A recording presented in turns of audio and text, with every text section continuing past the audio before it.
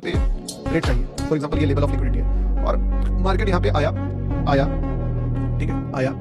एक green candle भी even बना दिया मान लो, ठीक है, बट उस ग्रीन कैंडल का हाई ब्रेक नहीं हुआ और कोई भी ऐसा स्ट्रॉन्ग कैंडल जिसका मार्केट जब हाई ब्रेक करता है, ठीक है, जैसे इस कैंडल का किया, तब आप एक चीज समझते हो कि जब ये लिक्विडिटी पर आ रहा था तो यहाँ पे कौन आएगा, यहाँ पे बायर आएगा। क्यों? क्योंकि एक्चुअली में जो बायर है वो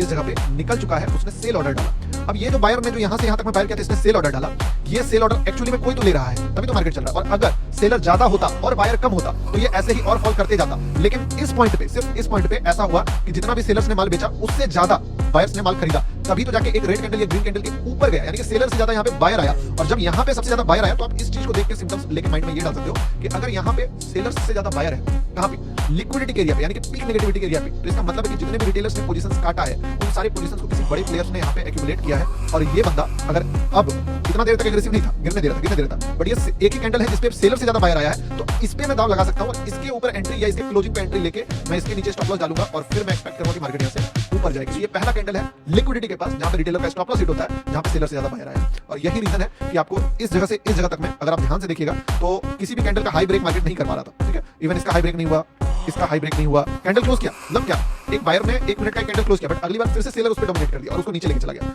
फिर वापस से मार्केट ने स्ट्रॉन्ग किया, वापस से मार्केट जो स्ट्रॉन्ग किया, बट इस बार क्या हुआ कि मार्केट जो है उसके ऊपर गया, इवन इसके भी ऊपर गया, यानी कि टोटल 2 कैंडल के ऊपर गया। तो आप बोल सकते हो कि अब सेलर से ज्यादा मार्केट में बायर आया था।